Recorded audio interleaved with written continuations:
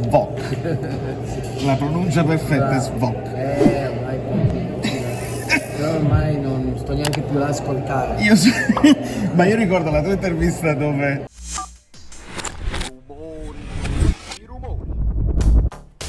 era il 13 aprile del 2021, quando una community di poco più di 7.000 iscritti mi permetteva di arrivare a intervistare Svok, che era per me già un sogno realizzato, grazie anche a Giuseppe Argento che si metteva lì a cercarmi le interviste. Benvenuto Antonio. Svok mi fece questa promessa. E allora a più presto mi vieni a firmare questa, perché io quando sono partito da Napoli, ho lasciato Napoli per New York, mia madre, ovviamente mio padre, copriti che a New York fa freddo, io ho detto la sciarpa è questa. E ieri Stefano quella promessa l'ha mantenuta e io condivido il viaggio, il percorso con voi. La volevo fare tipo vlog fatto bene, non sono in grado, no? mi perdo, mi scordo, e noi ci vediamo live più tardi. Il Brest a Soragina, il Brest si chiama Soragina per motivi che solo in pochi potranno capire. Ma adesso siamo 27.700. Ma quanto siete Orialisi, ma quanto siete belli voi. Vabbè, in inglese. Non sono bravo, I'm not good at this. Non sono bravo a fare i vlog, non ho idea, sono nervosissimo, ma cerco di portarvi dove il cuore dice. Sono proprio nervoso, non lo so fare, quindi venite con me.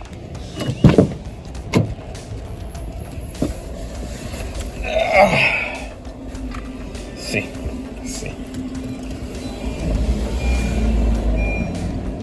Che calore, si muore, ma dobbiamo farlo. Che sei rock, sei forte, sei sempre in vacanza. Il tuo ufficio è una stanza ma ci vai tutti i giorni. Poi arriva il weekend, così parti e ritorni. Come un gioco di gambe che ti fermi e riparti. Una finta di corpo, manovra avvolgente. Ma la vita non mente, lo fa la gente. Disillusi o falliti, incazzati. Ma che ste nera è una valigia gigante Louis Vuitton. Ma veramente stiamo facendo in un palazzo?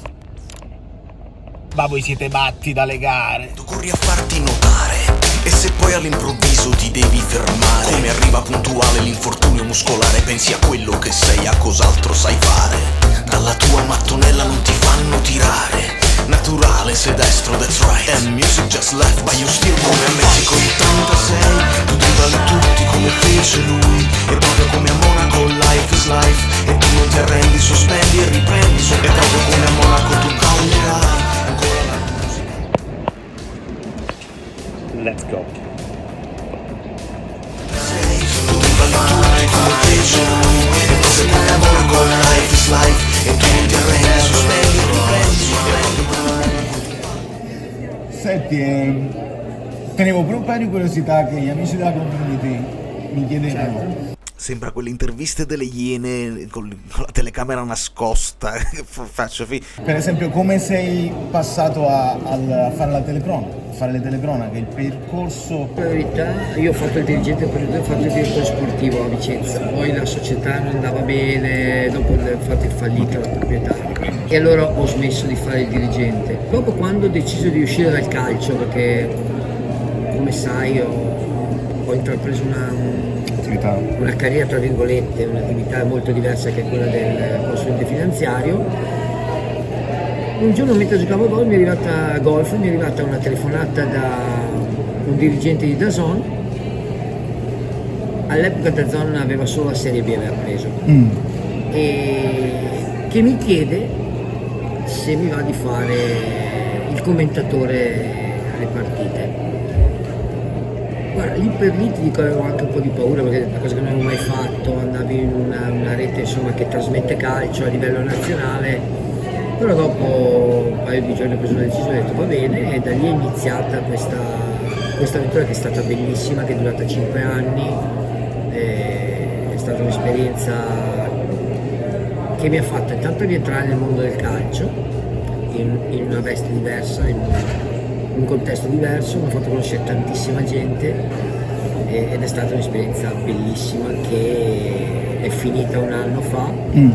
Spero che un giorno possa riprendere perché mi stavo divertendo tantissimo e perciò è iniziata e finita nel mondo. Perché poi la Serie B non è banale, perché la Serie A noi la sentiamo raccontata tutti i giorni. Per fare una telecronaca di Serie B devi studiare quelli che sono le squadre, devi essere pronto, quindi... Ma guarda, devi studiare tutto, perché dopo i primi 3 anni che c'era praticamente solo la Serie A e la Serie B, 2 partite di Serie A, dal terzo anno in poi, o secondo anno in poi, DAZN ha preso anche tutta la Serie A, l'ha presa di lì, perciò ho abbandonato la Serie B e facevo la Serie A. È logico che quando vai a confrontare con la Serie A hai una platea di spettatori, diciamo, molto diversa, più numerosa, hai ascolti maggiori, però sai, come in tutte le cose, no? Da fare l'idraulico a fare il Presidente della Repubblica devi studiare, certo, devi studiare, devi essere pronto, devi sapere quello che ti aspetta, devi insomma cercare di mettere un prodotto a servizio delle persone che sia non solo buono ma ottimale, no? Anche tu che magari fai il musicista, penso che tu non smetterai mai di studiare. Ah, perfetto, esattamente. Ecco, così la stessa cosa nello sport, perché è vero che nel calcio conosci tanto chi lo fa, ma anche chi non lo fa conosce tanto. Perciò, sai, quando dici qualcosa non va, specialmente in Italia il calcio è preso molto seriamente e perciò se ne accorge. In realtà io qua intendevo che la Serie B è più difficile perché non la senti raccontata quanto la Serie A, invece Stefano è un professionista e anche sulla Serie A si voleva preparare al meglio. Senti Stefano, io ti abbraccio, ti ringrazio tantissimo, tu sei rimasto nel cuore di tutti noi nel periodo in cui il Napoli non andava benissimo, però ci hai riportato in Serie A e secondo me quel passaggio aveva all'epoca, per noi aveva il valore dello scudetto di oggi, perché io credo che tu quelle emozioni là le hai vissute più o meno simili. No, io le ho vissute, le vivo ancora adesso, perché io ho giocato a Napoli, era il 2000, cioè era il 99-2000 e il Napoli era in Serie B, poi dopo un po' di anni sarebbe anche fallito, no? Ecco perché chi mi spiega come mai sei andato via, ti hanno dato via, non sono andato via io. Perché quel Napoli aveva bisogno di monetizzare e i giocatori lo facevano monetizzare, lui in assoluto era sottoscritto. Perché all'epoca anch'io facevo fatica a capire il perché, però è stata un'avventura bellissima, 1 anno e mezzo in una città stupenda che io non conoscevo. E ancora oggi, che è il 2025, quando scendo, perché io scendo tutte le settimane da Vicenza a Napoli per lavoro, sia per il mio lavoro sia perché faccio delle trasmissioni giù, mi trattano sempre come nel 99-2000. Questa è una cosa che succede solo lì, perché gente che mi ferma ancora per fare le foto, per fare gli autografi, è un'emozione incredibile, no? Io ho sempre detto e continuo a dire che Napoli mi ha dato molto di più di quello che ho potuto dare io all'epoca, anche se si tratta di una promozione. Insomma, non è facile che dopo 30 anni torni dove hai giocato e c'è un affetto di questo. E il chiama non dimentica, il famoso slogan. Il chiama non dimentica, Napoli è proprio vero. E poi insomma giocare allo stadio Maradona, ex San Paolo, quando sono 70.000 persone in B, solo da noi potevi vederlo, no? Perciò è stata un'emozione davvero che mi porta dentro per sempre, con amicizie che ancora oggi tengono botta nel tempo, e perciò sono veramente contento. Per me è una seconda casa, cioè quando vado a Napoli mi sento a casa mia. Senti, a me fa piacere che hai sottolineato che tu non volevi andare via. Era un calcio completamente, cioè la forza del giocatore che oggi si impunta, il famoso mal di pancia, diceva ho deciso di andare e vado perché non c'è altra soluzione, è cambiato parecchio. Ma sai, ma là secondo me io sono uno di quelli che dice, no? Che un giocatore che vuole andare via deve essere lasciato andare via, nel senso, un giocatore che rimane malvolentieri. Faccio esempio adesso, Osimhen. Esatto. Tutto sto macello, perché alla fine è andato via. È logico che la società deve essere accontentata, perché non è che tu puoi andare via gratis, no, sono stati stipendiato. Un tifoso deve giudicare per quello che fa nel momento in cui porta questa maglia, no? Se nel momento che tu hai giocato da noi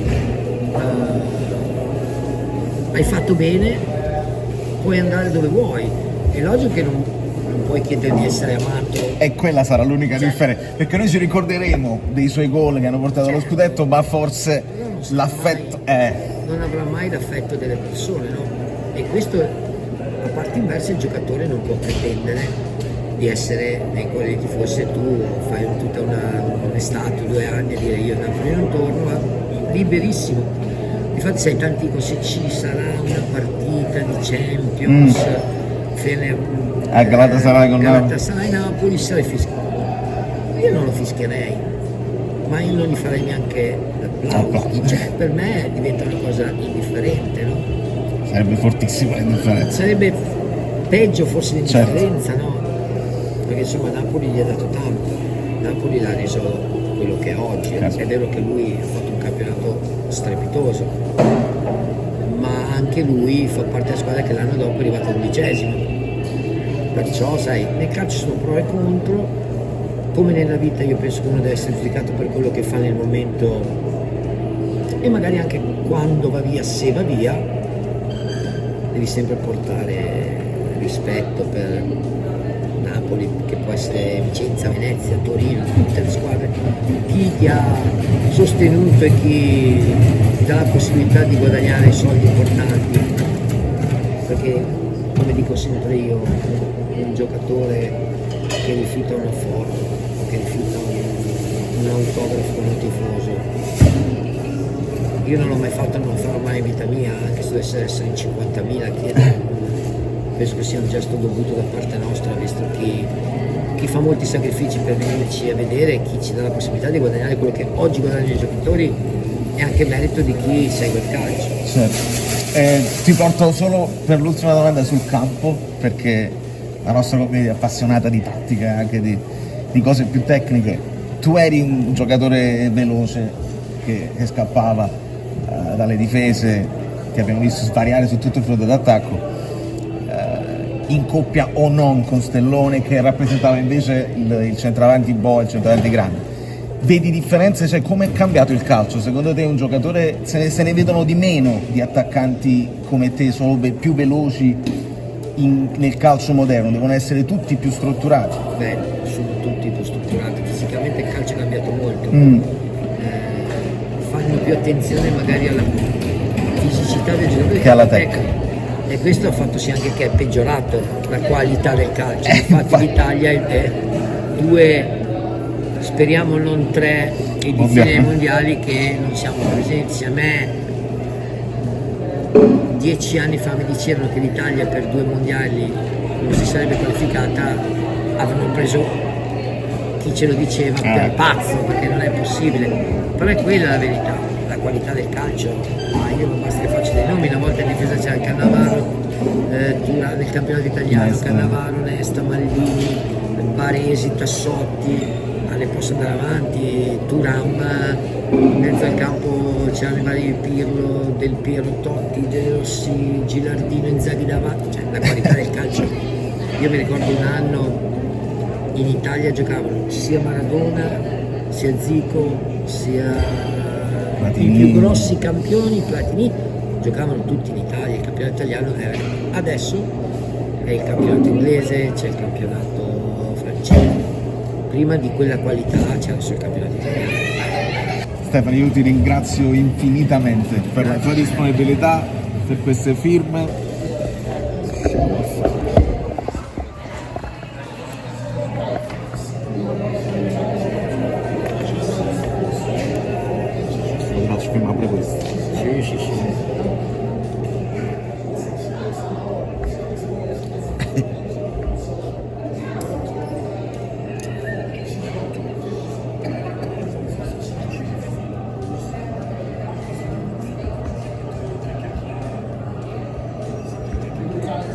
Dove la firmo?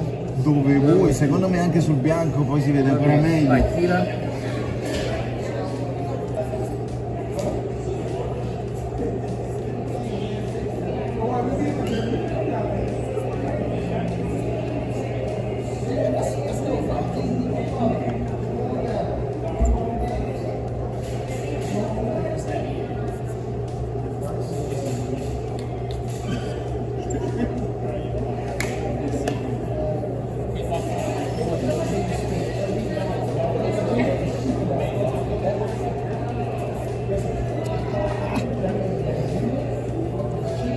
Grazie mille. E qua vai dove vuoi. Vai, tira. Questo è Tira, il tira. nome, Tira, il nome mio. Perfetto.